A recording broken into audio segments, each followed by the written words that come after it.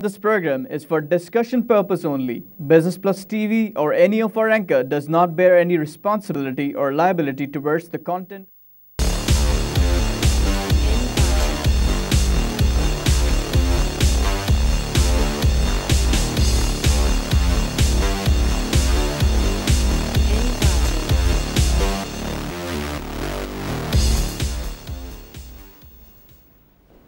नाज़रीन, welcome to tips of the trade. मैं हूं अली नासिर। आपको पता है कि हम रोज़ाना की बुनियादों के ऊपर स्टॉक मार्केट के ऊपर रोशनी डालते हैं। थोड़ा इंडिविजुअल शेयर्स के मुतालिक मैं आजकल ज़्यादा बात नहीं कर रहा, सेक्टोरल एनालिसिस ज़रूर आपको करके बतलाऊँगा। आज की तारीख़ में कुछ अहम चीज़ें हैं। सबसे पहले स्टॉक एक्सचेंज के ऊपर आपको ज़रा तफसीलात दे दूँ ताकि कोई चीज़ आधी अधूरी ना रहे। 37,403.91 पॉइंट के ऊपर मार्केट बंद हुई, फिर तारीख़ की बुलंद तरीन सतह पर, और फिर इसने हाई मारी। और इसके साथ ही वॉल्यूम कम रहे, बहुत वॉल्यूम कम रहे।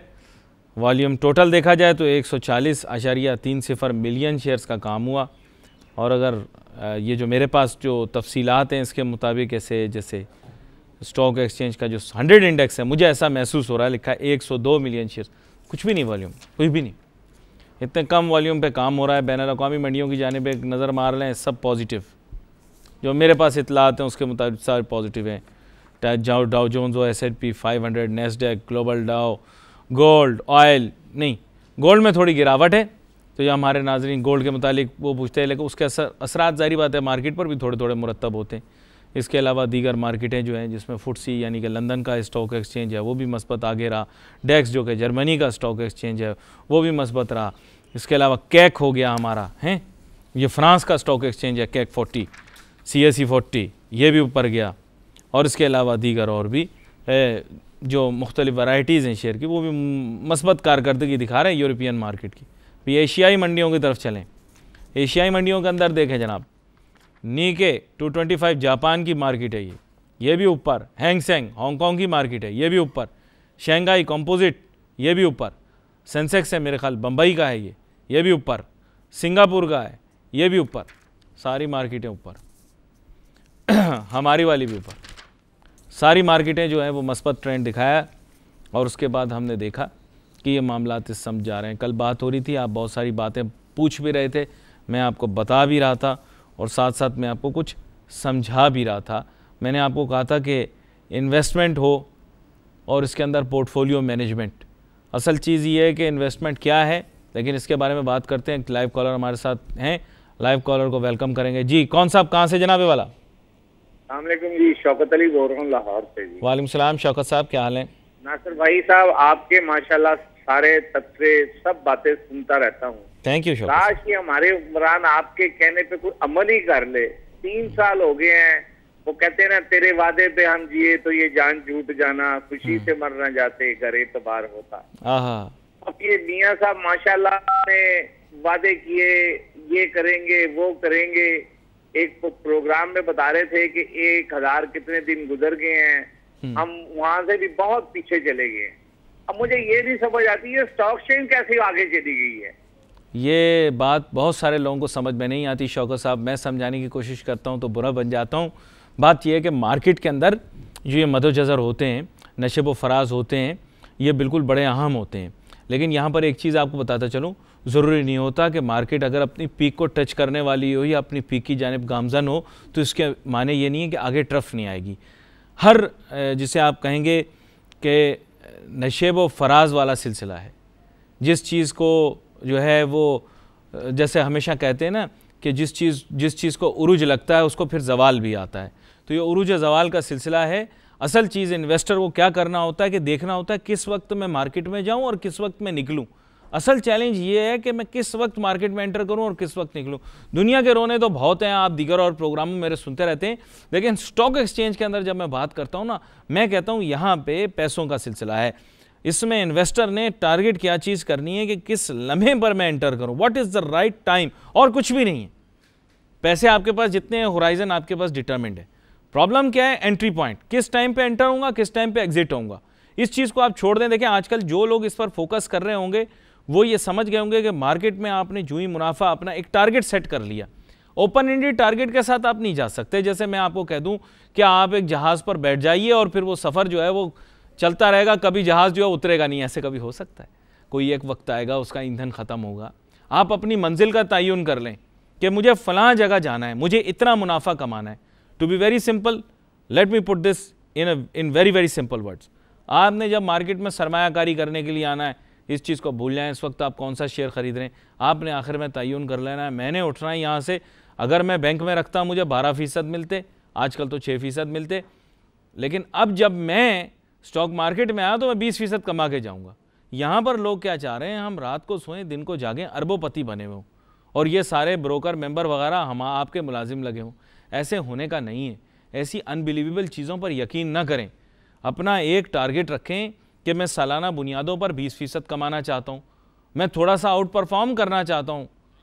यहाँ पर एक और लाइव कॉलर हमारे साथ शामिल है, गुफ्तगू में वेलकम करेंगे आपको। कौन साहब कहाँ से बोल रहे हैं? जी अस्सलाम वालेकुम जनाब। वालेकुम सलाम। अली साहब, मैं अब्दुल खलील बात कर रहा हूँ कराची से। मुझे 2 सवाल पूछने हैं काइंडली। एक तो मालूम ये कि फौजी सीमेंट जो है आजकल थोड़ा नीचे जा रहा है, मतलब वो उसका फ्यूचर कैसे आप देख रहे हैं? और दूसरा, पेट्रोल की प्राइसेस अभी कम होगी या ज्यादा? कुछ पीपीएल या ओजीडीसी के शेयर्स लेके रखें इस वक्त, ये राइट टाइम है? तो ये दोनों काइंडली क्वेश्चन का जवाब देना मेरे को। दूसरा सवाल पहले जवाब देता हूँ उसका, ठीक है? पहले का बाद में देता हूँ। पहले दूसरे सवाल का आपका जवाब देता हूँ कि पेट्रोल की कीमत कहाँ जाएगी।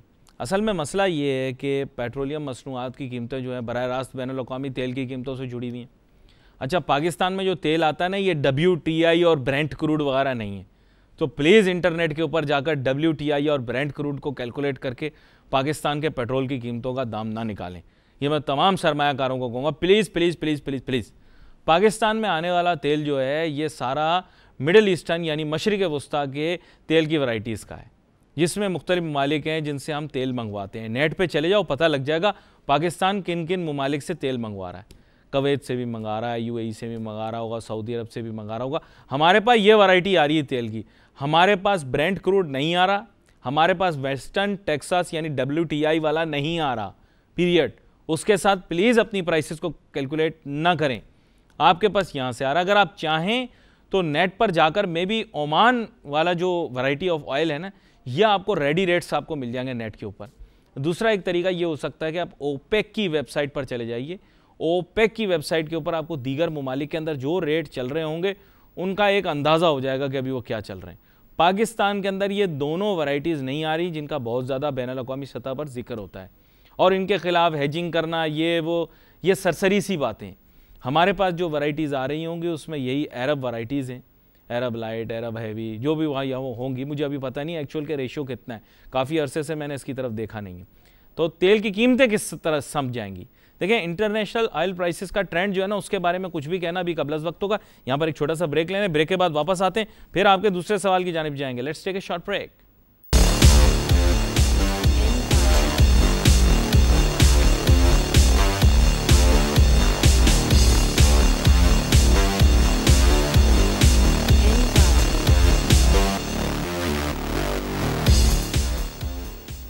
नाज़रीन, वेलकम बैक आफ्टर ब्रेक। हमारी गुफ्तगू जारी है। मैं आपको बता रहा था कि अच्छा, दूसरे हिस्से पे आते हैं। सवाल के जो लाइव कॉलर थे उन्होंने बताया था कि वो सीमेंट का जानना चाह रहे हैं। सीमेंट सेक्टर पे बात करूंगा, इंडिविजुअल शेयर पे नहीं। अभी मेरी असल में क्या है कि मैं आहिस्ता आहिस्ता कोशिश करूंगा कि मैं उसकी लिस्टिंग भी आपके लिए लेकर आऊँ, लेकिन भाई सेक्टर के बारे में बात करूँगा। सीमेंट सेक्टर में असल में बात ये कि अंदर की बात है कि सीमेंट सेक्टर के अंदर फ़ायदा ये रहता है कि सीमेंट सेक्टर के अंदर सारी सीमेंट वाली जो कंपनियाँ हैं ना, ये आपस में मिल के खेलती हैं गेम। तो कीमतें इनके हाथ में काफ़ी हद तक होती हैं, और आपको पता है हुकूमत बिग बिजनेसेस को फेवर करती है हमारे मुल्क के अंदर। इसके अंदर कोई दो राय की या उसकी ज़रूरत नहीं है। तज्जिया समझ लीजिए, आप इसको तज्जिया समझ लीजिए, अब तक का जो है इसका तज्जिया समझ लीजिए। तो कीमतों का इनको एडवांटेज रहता है। वैसे अगर इनकी ऑपरेशनल एक्सपेंस ज़्यादा ना हो, ऑपरेशनल एक्सपेंस या ऑपरेशनल कॉस्ट कह लें, तो इसका मतलब बाकी फिर उसके अलावा इनके वारे नहीं आ रहे हैं और इनको कोई टेंशन नहीं। पाकिस्तान के अंदर जहाँ जहाँ ये हैं, ये मस्ती में, इंजॉयमेंट में। लेकिन प्रॉब्लम ये है कि आज की इनकी प्राइस ये सिग्निफाई करती है कि ये रियलिस्टिक हैं। आपने बात की नीचे की जानिब गया, वो तो लोगों ने उसके बारे में भी कहा था ना, साइलो वगैरह के सिलसिले में कि साइलो का कुछ हुआ है। खैर anyway, to be very frank, कल भी मैं सीमेंट सेक्टर का बता रहा था, सीमेंट सेक्टर रिलाय कर रहा था बहुत सारी चीज़ों के ऊपर, खासतौर पे हमारे यहाँ अगर डिमांड बहुत ज़्यादा जैकअप हो जाती है ना तो फिर सीमेंट सेक्टर के बड़े मजे होते हैं। ये प्राइस पे खेलते हैं, क्वांटिटी पे नहीं। अच्छा बिजनेसमैन हमेशा क्वांटिटी पे खेलता है। आप मुझे ये बताओ, ये लोग इतना शोर मचाते हैं, बोलते हैं ये हो गया वो हो गया, आपको पता है कि वर्ल्ड का मेरे ख्याल तीसरा सीमेंट का बड़ा मैन्युफैक्चरर, दूसरा या तीसरा सीमेंट का बड़ा मैन्युफैक्चरर पाकिस्तान में काम कर रहा था सीमेंट सेक्टर में, डाइवेस्ट करके निकल गया ना। आप मुझे बताओ, सोने की अंडे देने वाली मुर्गी को कोई छोड़ता है? तो आपका क्या ख्याल है कि वो पाकिस्तान की मार्केट छोड़कर क्यों गया, जो बाहर से आया था इन्वेस्टमेंट करने? देखो, फॉरेन इन्वेस्टर को हमेशा वॉच करो। वो फ्रांस से आया आपके पास काम करने के लिए, जब वो देख रहा है कि आपकी मार्केट के अंदर जब वो कन्वर्जन करता है वापस यूएस डॉलर के अंदर, रिपेट्रिएट करता है उसको मुनाफे में, तो मज़ा नहीं है। और जो हमारे पहले लाइव कॉलर भी बोल रहे थे कि ये कॉस्मेटिक आई वॉश हो जाती है एक तरह की, लोग फिर इससे अपसेट होते हैं। अगर आप हकीकत या सच्चाई पर बात नहीं करोगे ना, हमेशा प्रॉब्लम होगी। सीमेंट सेक्टर में मैंने जैसे देखो पहले पॉजिटिव भी बता दिया कि अगर इनके ऑपरेशनल एक्सपेंस और ऑपरेशनल कॉस्ट काबू में है और प्राइस फिक्सेशन वाला इशू भी जो है वो भी देखो ना, प्राइस भी इन लोगों के काफ़ी हद तक काबू में, तो फिर तो इनकी पांचों उंगलियां घी में सर कढ़ाई में। लेकिन इसका यह मतलब नहीं है कि इनका करंट जो प्राइस लेवल है वो जस्टिफाइड है। उसके लिए फार्मूला कल बताया था। अभी लाइव कॉलर हमारे साथ हैं जी। कौन साहब कहाँ से बोल रहे हैं? अस्सलाम वालेकुम भाई, बदर बोल रहा हूँ कराची से। नासिर भाई जी, बदर साहब बोलिए। भाई जी आप माशाल्लाह अच्छे बात करते हैं। सिर्फ ये पूछना था अलगाजी ट्रैक्टर के बारे में कुछ। अलगाजी ट्रैक्टर के मुतालिक आपने पूछना था। अभी मैं अब प्लानिंग करके आता। असल में मसला ये इंडिविजुअल शेयर्स के ऊपर मैं बात नहीं कर रहा, लेकिन फिर भी मैं आपको बताता चलूँ। वैसे आपको बताता चलूँ, असल में इशू ये है कि अगर हमारे मुल्क के अंदर एग्रीकल्चरल रिफॉर्म सही से हो जाते और हमें ट्रैक्टर फाइनेंसिंग ज़बरदस्त किस्म की मिल जाती है, और ट्रैक्टर्स के ऊपर आपको पता होगा काफ़ी मराहत वगैरह सिलसिला होता है। अगर अब ये जो बोल रहे हैं किसान पैकेज वगैरह, अगर इसमें एग्रीकल्चर का फ़ायदा होता है और ट्रैक्टर के लिए फाइनेंसिंग मिल जाती है, फिर मैं बता रहा हूँ तज्जिया है, मतलब your point of view versus mine. लेकिन इशू ये है कि अब इसमें गौर से सुनिएगा। ट्रैक्टर हमारे अच्छे बिक सकते हैं अगर गवर्नमेंट की फाइनेंसिंग बढ़ जाती है और रिलैक्स टर्म पे हो जाती है। दूसरी चीज़ ये है कि इंटरेस्ट रेट अभी बिल्कुल सप्रेस्ड हैं। इस इंटरेस्ट रेट के ऊपर अगर किसान पैकेज सही से अप्लाई हो जाए और उसमें ट्रैक्टर फाइनेंसिंग का ज़्यादा किरदार बढ़ जाए और इनका फोकस भी डोमेस्टिक मार्केट हो, देखो सारी चीज़ें मैंने बता दी, इनका टारगेट भी डोमेस्टिक मार्केट हो, तो आप देखेंगे कि अच्छा फ्लरिश कर सकता है। लेकिन फिर वही बात, असल चीज़ ये है कि टारगेट प्राइस। आज की तारीख में बात यह है कि आप किस कीमत पे शेयर को ख़रीद रहे हो, ये बड़ा अहम है। कंपनी बड़ी तरक्की करेगी, लेकिन फार्मूले के मुताबिक उसकी 8 रुपये कीमत बन रही है, मार्केट में 30 रुपये का चल रहा है, वो जस्टिफाई नहीं है, कहानी ख़त्म। मैं इनके शेयर की बात नहीं कर रहा, मैं हर शेयर की बात कर रहा हूँ। उन्होंने सीमेंट सेक्टर की बात की, ऑयल एंड गैस की बात की, मैं सारे सेक्टरों के बारे में ये बात करता हूँ। देखो फार्मूला लगाना पड़ेगा, ये मुझे महसूस होता है, ख्याल आता है, रात को ख्वाब आता है, ऐसी कोई चीज़ नहीं होती। फार्मूला होता है, फार्मूला बिल्कुल सीधा साधा है। इन लोगों ने सैकड़ों साल लगाया फार्मूला बनाने के अंदर। गॉर्डन मॉडल, वॉल्टर मॉडल, जाओ कॉमन स्टॉक वैल्यूएशन मॉडल्स उठाओ, कॉमन स्टॉक वैल्यूएशन या कॉमन स्टॉक प्राइसिंग के मॉडल्स उठा लो इंटरनेट से, एक नहीं 10 मिल जाएंगे। बहुत आसान है, सीधा साधा गेम है। पिछले साल का डिविडेंड उठाना है, इस साल प्रिवेलेंट मार्केट रेट उठाना है। अगर आपको एक रफ आइडिया चाहिए कि एक कंपनी का शेयर किस बैंड से अबव होना चाहिए, तो सीधा साधा फार्मूला है, मैं बता रहा हूं, इसमें कॉम्प्लिकेट ना करो। जी को 0 रख लेना, एक इनमें से जो इजी मॉडल है, ग्रोथ ना कैलकुलेट करना, कहना ग्रोथ नहीं हो रही हमारे मुल्क के अंदर। ग्रोथ आप बोलो जी मेरी इकोनॉमिक ग्रोथ कम है, मैं ग्रोथ को नहीं कंसीडर करता। सीधा फार्मूला है, डिविडेंड जो कंपनी ने दिया था और प्रिवेलेंट मार्केट रेट, और prevalent market rate of return का भी मैंने बड़ा आसान बता दिया। सेविंग सेंटर में जो अच्छा रेट मिल रहा है उस रेट को रखो, डिविडेंड को डिवाइड कर दो, सीधा डिविडेंड दिया उसने 2 रुपया, मार्केट में रेट चल रहा है 10%, करो डिवाइड, अभी रेट आ जाएगा। सही बता रहा हूं, कैलकुलेशन कर लो। एक मैं मिसाल देता हूं आपको, देता हूं। खैर एनीवे, यहां पर हमारे साथ एक और लाइव कॉलर है, वेलकम करेंगे। कौन है जनाब, कहां से बोल रहे हैं? जी अस्सलाम वालेकुम। वालेकुम जी मैं असलम अर्ज कर रहा हूँ अफजाबाद से। अरे असलम साहब, क्या हाल है आपके? खैर खैरियत से हैं? जी अल्लाह का शुक्र है। मुझे बहुत खुशी हुई है आपका ये प्रोग्राम सुन के। पहले तो सुबह 9 बजे लगता था, अब टाइम आपने ज्यादा कर दिया है। तो मैंने पूछना ये है, मैंने ना स्टॉक मार्केट में पैसे लगाए थे। अच्छा। तो कोई फायदा नहीं हो रहा, तो मुझे किसी ने बताया ये म्यूचुअल फंड है निज़ाम बैंक का। हाँ। उसके बारे में आपकी क्या राय है? अच्छा, मैं आपको भी बताता हूँ। देखिए असल में बात ये, म्यूचुअल फ़ंड का सिलसिला कुछ ऐसा होता है, देखो बताया आपको लोगों ने होगा म्यूचुअल फ़ंड का।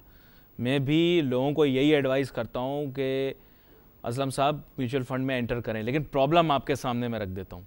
इशू क्या है कि म्यूचुअल फ़ंड कौन सा, क्योंकि इन लोगों ने अब क्या शुरू किया है कि इन्होंने सबसे पहले तो अपना नाम थोड़ा सा तब्दील किया है ना।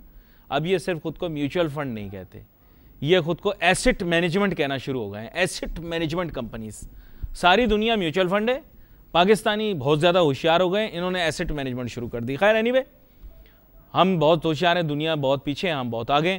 खैर एनीवे, इन्होंने एसेट मैनेजमेंट जो शुरू की उसमें कुछ चैलेंजेस हैं। एक ये कि इन्होंने फंड्स क्रिएट किए हुए हैं फिक्स्ड इनकम वाले, जिसमें ये आप ऐसे समझ लीजिए कि ये गवर्नमेंट सिक्योरिटीज़ वगैरह और बॉन्ड्स के अंदर। जी, एक और लाइव कॉलर है हमारे साथ, मैं बताता हूँ अभी उसका जवाब। जी, कौन साहब कहाँ से बोल रहे हैं?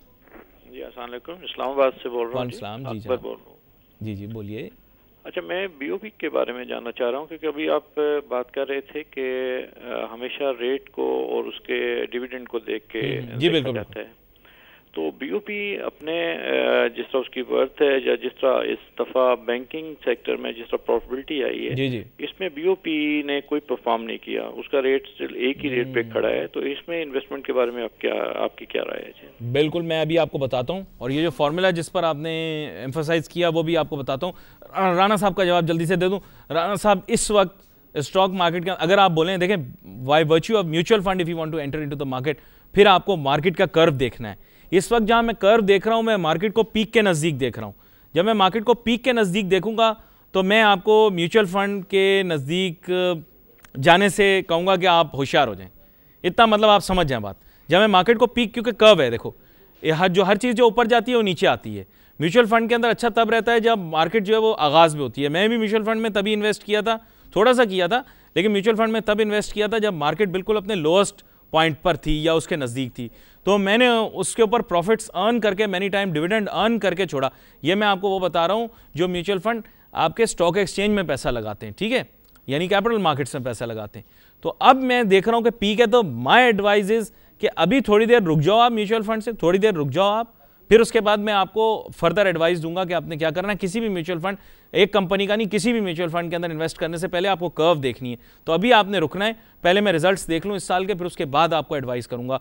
और जो साहब इस्लामाबाद से जिन्होंने टेलीफोन किया और ख़ासतौर पर पूछा बीओपी का, बात असल में ये है कि देखें कभी कभार क्या होता है कि एक्स्ट्रा टू मार्केट फैक्टर्स भी होते हैं, और इसके अलावा क्या होता है कि मार्केट में बहुत सारे प्लेयर्स होते हैं, वो भी इसके साथ खेल सकते हैं। जैसे मैंने आपको बताया डिविडेंड का, मैं उस पर थोड़ा सा एम्फसाइज कर लूँ।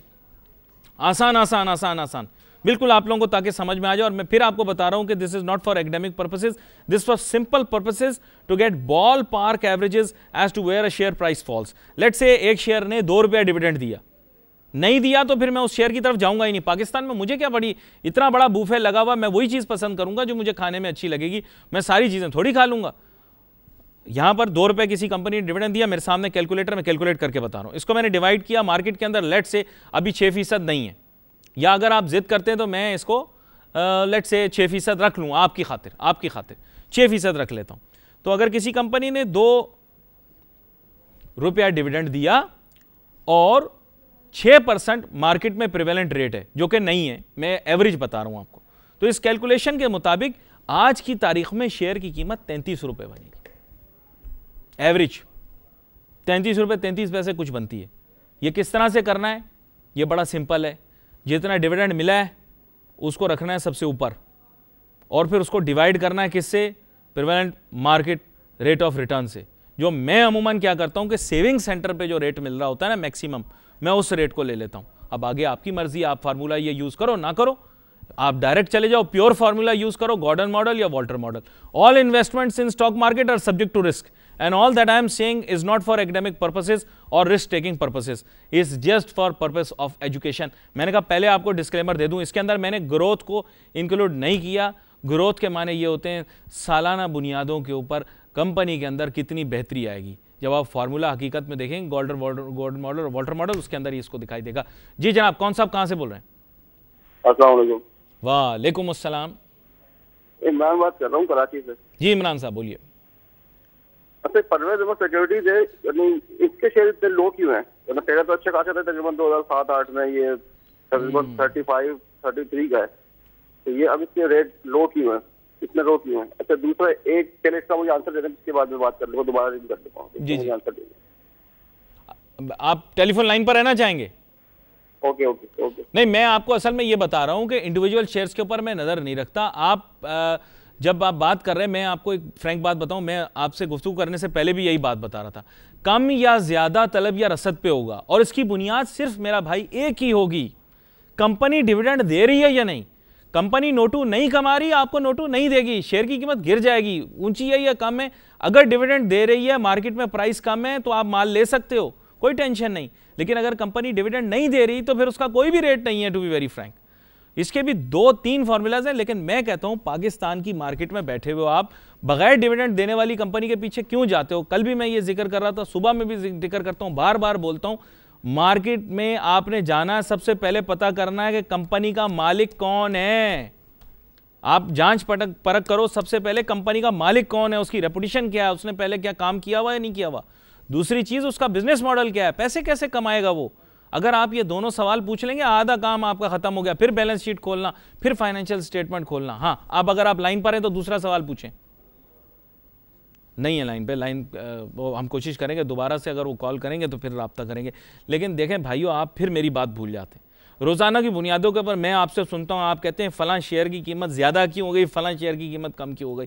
मुझे एक शेयर बता दो जो डिविडेंड दे रहा है, अगर वो अपनी इस टारगेट, देखो फार्मूला आपको बता रहा हूँ, और मैंने आपको जो बताया है सीधा साधा झटका हिसाब है। आप निकालो फाइनेंस की किताब, उसके अंदर फार्मूला देख लो। मैंने जो आपको बताया कॉमन स्टॉक की प्राइसिंग या वैल्यूएशन के मॉडल निकालो। बड़ा सिंपल सा आपको फार्मूला बताया, जिसमें मैंने आपको G0 बता दिया, जिसके माने ये हैं कि अगर मेरी कंपनी से ज़रा भी तवक्को नहीं है कि कंपनी कोई तरक्की करेगी, बेहतरी करेगी, मैं तो सिर्फ जहन में ये सोच रहा हूँ कि जो पिछले साल इसने डिविडेंड दिया था, अगर वही दे दे तो मेरे लिए बहुत है। कितना? जितना पिछले साल कंपनी ने डिविडेंड दिया था, मेरे लिए इतना ही डिविडेंड बहुत है। मैं उसको खाली उस डिविडेंड को लूँगा जो भी अमाउंट बनेगी। जैसे मैंने आपको मिसाल दी, 2 रुपया फी शेयर देता है, तो मैं सिर्फ ये कहूँगा कि मैं आज का रेट यानी कि 8.6% मैंने लगा लिया, जो कि डिस्काउंट रेट है। लेकिन मैं अमूमन एडवाइस करता हूँ वो रेट जो कि स्पेशल सेविंग स्कीम के ऊपर मिलता है या नेशनल सेविंग की जो स्कीम्स के ऊपर मिल रहा होता है अच्छे में, मैं वो रेट उठा लेता हूँ। नो कंपल्शन, इसका नेशनल सेविंग से कोई ताल्लुक नहीं है। मैं सिर्फ आपको ये बता रहा हूँ कि जो मार्केट रेट ऑफ रिटर्न है इन्वेस्टमेंट का, with a preview 3 year, 4 year, 5 year, उस हिसाब से। आपने कहा फलां सिक्योरिटी, फलां कंपनी, फलां ये, फलां वो, अगर फार्मूले पे सेट ना बैठे तो फिर मुझे बताना। बगैर फार्मूले के कोई काम नहीं करना। फिर दूसरी चीज़, लोग बोलते हैं, आप बोलते हैं डिविडेंड डिविडेंड डिविडेंड, IPO आती है, उस सिलसिले में क्या करेंगे? हैं ऐसे शेयर भी तो हैं मार्केट के अंदर जो डिविडेंड नहीं देते। हाँ, तो खादिम उसका भी बताएगा आपको। लेकिन यहाँ पर हम एक लाइव कॉल लेंगे। जी, कौन साहब कहाँ से बोल रहे हैं? अस्सलाम वालेकुम। वालेकुम अस्सलाम। जी मिस रजा बात कर रही हूँ मैं। भाई बहुत शौक से आपका प्रोग्राम देखती हूँ, जब मॉर्निंग में करते थे तब भी। थैंक यू अच्छा, थैंक यू। इत्तेफाक से मेरी कॉल मिली है। मुझे बताइएगा, मेरे पास फौजी सरप्राइजर था तकरीबन 3 साल से, काफी मुतमईन, लेकिन PTC से मैं मुतमईन नहीं हूँ। वो 1 साल से मेरे पास है और मैंने 20 रुपए भी लिया था और अब इसकी कीमत इतनी नीचे आ गई है। मैं ऑन एयर आपसे सुनना चाहूंगी, क्या मैं प्रिंट कॉल रख दूँ? नहीं बहन, आप ऑन एयर नहीं भी होंगी तो मैं आपके सवाल का जवाब दूंगा। मैं जैसे आपको बता रहा था कि मैं इंडिविजुअल शेयर्स का आजकल इतना ज़्यादा वॉचफुल नहीं होता, हमेशा पूरी मार्केट का होता है। आपने कहा शेयर से मुतमईन नहीं है, आपको किसने एडवाइस किया था शेयर खरीदने के लिए वाला? लाइन पर है बहन मेरी मिसेस रजा? खैर लाइन पर नहीं है। लेकिन देखें, असल में बात यह है कि अगर एक शेयर से बिलफर्ज आप मुतमईन नहीं, देखें अब मैं आपको एक बड़ी क्लियर कट बात बताऊँगा। जो भी शेयर पिछले साल डिविडेंड दे रहा था, अगर वो इस साल वही डिविडेंड देगा, उसकी कीमत ज्यादा होगी।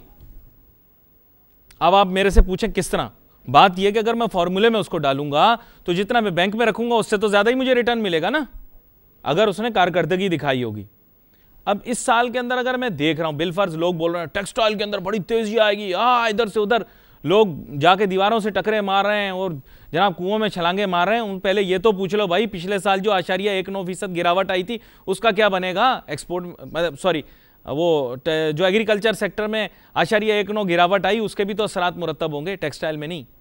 और टेक्सटाइल की अपनी जो एक्सपोर्ट है उसकी कितनी गिरावट आई वो तो पता करो। टेक्सटाइल सेक्टर में तेजी आ जाएगी क्योंकि टेक्सटाइल सेक्टर में तेजी आ जाएगी तो अगले साल आएगी, इस साल क्या होगा इसके बारे में लोग पूछे। उन्होंने कहा कि जैसे वो गैर मुतमईन है एक स्पेसिफिक, जो मुझे समझ में आया, maybe she is talking about telecommunication sector और the other choice could be that she was talking about the tobacco. Sorry, थोड़ी वॉइस क्लियर नहीं थी। By and large I will tell you, देखो अगर कोई कंपनी लास्ट ईयर वो dividend दे रही थी और इस साल वो उतना ही डिविडेंड दे देती है, उतना ही दे देती है, यही बड़ी बात है, उतना ही डिविडेंड दे देती है, इस साल उसकी कीमत ज्यादा होनी चाहिए। नेचुरली इंटरेस्ट रेट गिरे हैं, जब इंटरेस्ट रेट गिरेगा स्टॉक मार्केट के अंदर अगर वो डिविडेंड दे रहा है तो उसका रिटर्न ऊपर जाएगा, नेचुरल है। और प्राइस कैसे डिटरमिन की जाती है, देखो घर में कमाऊ पुत्र की सबसे ज्यादा इज्जत होती है, वो जो ज्यादा पैसे लेकर आता है घर में। इसी तरह स्टॉक मार्केट में उस शेयर की ज्यादा वैल्यू होगी जो डिविडेंड देगा, पैसे लेकर आएगा घर में। बगैर डिविडेंड देने वाले शेयर के पीछे क्यों भागते हो आप लोग? माल ला, ब्रोकर मेंबर का क्या है, वो तो कुछ भी बेच देगा आपको, वो तो मुर्गी को बकरा बना के बेच देगा ईद पर, बड़ी ईद की बात कर रहा हूं। उसको तो अपनी दुकान चलानी है, आप ब्रोकरों वगैरह की बातों में मत आए। ब्रोकरों का क्या होता है, सुबह शाम का बेपरवाह किस्म का जोश पैदा करते हैं, चीखो पुकार करते हैं, और सोशल मीडिया की बातों में बिल्कुल नहीं आना। सोशल मीडिया वाले सिर्फ शोशे छोड़ते हैं। टेक्निकल एनालिसिस बड़ी सीधी सादी है, रोजाना की बुनियाद। जैसे आपने कहा, मुझे बड़ा अच्छा लगा मिसेस रजा ने बोला कि मैंने एक साल, मतलब उन्होंने एक पीरियड के लिए रिटेन किया शेयर को विद एन एम कि वो कुछ पैसे कमाना चाहते। हर शख्स पैसे कमाना चाहता है, उसके लिए थोड़ा टाइम चाहिए। तो बिल्कुल it is the right way that you should wait a while to earn money. लेकिन I will tell you my own mathematical calculation says that you have earned enough, आपने बहुत कमा लिए। अब मार्केट में जितना आप कमा रहे हो ये बोनस है आपका, शेयर वाला बोनस नहीं, यह बोनस है। जितना कमाना था वो सितंबर 2014 तक कमा लिया। अब हमारे साथ एक लाइव कॉलर है जी। कौन साहब, कहाँ से बोल रहे हैं? हेलो, अस्सलाम वालेकुम। वालेकुम अस्सलाम जी जनाब। देखिए, मैं रियाज अहमद बात कर रहा हूँ कराची से। जी रियाज साहब। कराची से मैं ये कहना चाह रहा था कि अभी ये मार्केट बड़ी तेजी में चल रही है, तो इसका क्या कुछ शेयर अभी उठाना चाहिए नहीं उठाना चाहिए? ये तो आपने बड़ा मुश्किल सवाल पूछ लिया कि कोई शेयर उठाना चाहिए या नहीं उठाना चाहिए। देखिए शेयर तो, देखिए मैं आपको बताऊं, शेयर तो लोग गिरती मार्केट में भी लोग पैसा कमाते हैं हमारे यहाँ, तेज मार्केट में तो नहीं कमाते। आपको पता होगा 2008 में मार्केट गिरी है, लोगों ने पैसा कमाया है, लेकिन ज़्यादा लोगों ने पैसा गंवाया है। लेकिन ये है कि अगर आप ये कहें कि आज की, देखें देयर इज़ नो, मेरे एक उस्ताद थे हमेशा कहते थे कि कोई बुरा वक्त नहीं इन्वेस्टमेंट करने के लिए, लेकिन इसका यह मतलब नहीं है कि अंधा इंसान अंधों की तरह मार्केट में जाए। देखिए जाहिर बात है चमक तो है मार्केट में, दिखाई कुछ दे रहा। फिर मैंने आपको बताया जैसे टेक्सटाइल वाले लोग बिला वजह इधर उधर भाग दौड़ कर रहे हैं। अरे भाई टेक्सटाइल की एक्सपोर्ट गिरी है, शेयर की कीमत तो इस बेसिस पर होगी कि पिछले साल उसकी कारकर्दगी कैसे रही। उसका एनुअल रिजल्ट मेरे पास आएगा ना अक्टूबर में, पता लगेगा मुझे कि उसकी कारकर्दगी कैसे रही। उसकी कारकर्दगी तो खराब होगी तो फिर मैं तो हिट होऊंगा। तभी आप देखें हमारे यहाँ अक्टूबर के पहले हफ्ते में मार्केट स्पाइक मारती है। लोग मुझे बोलते हैं कि भाई आप बोलो ये, मैं आप बताता हूँ ये बात, मार्च में मैंने स्पाइक बोला है, अक्टूबर में मैंने स्पाइक बोला है। आप देखो हिस्टोरिकली उठा लो, इवन के पिछले साल भी हो गया था, लोग हैरान रह गए। इस साल भी मार्च में आप उठा लो, हुआ, देखो लोगों ने माना बात, पर लोग परेशान हुए। लेकिन ये मेरी स्टडी है, लेकिन प्रॉब्लम ये कि मेरी स्टडी अपनी जगह है, लेकिन एक स्टडी, एक चीज़ जो मैं पहले आपको बता रहा था, एक स्टडी एक चीज़ बता चुकी है, बुरा टाइम इन्वेस्टमेंट के लिए कोई भी नहीं होता। ये ना सही, वो ना सही, कुछ और सही। लेकिन इन्वेस्टमेंट के लिए जैसे मैंने आपको बताया कि आप अपनी ज़ेनिथ अचीव कर चुके हो। 4700 की मार्केट ने इतना 37,000, 4700 की मार्केट थी, ये 2009 की बात हो रही है, 4700 की वो मार्केट आज की तारीख के अंदर 37,000 पॉइंट से ऊपर जा चुकी है। कितना कमाओगे, कितना खाओगे, मुल्क वहीं के वहीं खड़ा हुआ है। तो मुझे खुद बताओ ना, क्या लॉजिक सजेस्ट करती है कि ये चीज़ है? जब लॉजिक ही सजेस्ट नहीं करती तो आपका दिल मानेगा। लेकिन पैसा तो कमाना है। अब जलजलों के खौफ से क्या घर बनाना छोड़ दें? ऐसे तो नहीं कर सकते। बात यही है कि हमें इन्वेस्टमेंट तो करनी हो। बहुत सारे लोगों को तो इसका, जिसे बोले, आदी हो चुके हैं इन्वेस्टमेंट की। इन्वेस्टमेंट करना ज़रूरी है, बगैर इसके जी नहीं सकते। तो हमारे साथ एक और लाइव कॉलर है मेरे ख्याल। हाँ, लाइव कॉलर नहीं, अच्छा हमारे पास वक्त कम है, लेकिन मैं वही आपको जो बात बता रहा था, असल चीज़ हम समझने की कोशिश करेंगे कि मार्केट हमेशा एक ग्राफ में चलेगा। मार्केट अपनी पीक टच करेगा, फिर ट्रफ में आएगा, फिर पीक पर जाएगा। बिल्कुल ना घबराएं। अगर कल कला मार्केट गिर भी गई तो कोई बात नहीं, कुछ अरसे बाद फिर दोबारा ऊपर चली जाएगी। 4700 की मार्केट थी ना, 37,000 पॉइंट पर गई ना, आपके सामने ही खड़ी हुई 37,000 पॉइंट से ऊपर, तो परेशानी की क्या बात है। लोग जज्बाती हो जाते हैं, कहते हैं नहीं मार्केट ऊपर ही ऊपर ऊपर ही ऊपर ऊपर ही ऊपर, ऊपर ही ऊपर तभी जाती है जब नीचे जाती है, जब नीचे जाएगी तो ऊपर भी आएगी। और there is no wrong time to invest, but there is no right time to invest with closed eyes. You always have to be very watchful about where you are putting your money. तो अपने पैसों का ख्याल रखें, अपना ध्यान रखें। Programme का वक्त ख़त्म हो गया, लेकिन हम कोशिश करेंगे कि इस तरह के मौज़ूआत हम दीगर और प्रोग्राम में डिस्कस करते रहेंगे। आज के program tips of the trade से आपसे इजाज़त चाहता हूँ। अली नासिर को, हमारी टीम को इजाज़त दीजिए। अल्लाह हाफिज़।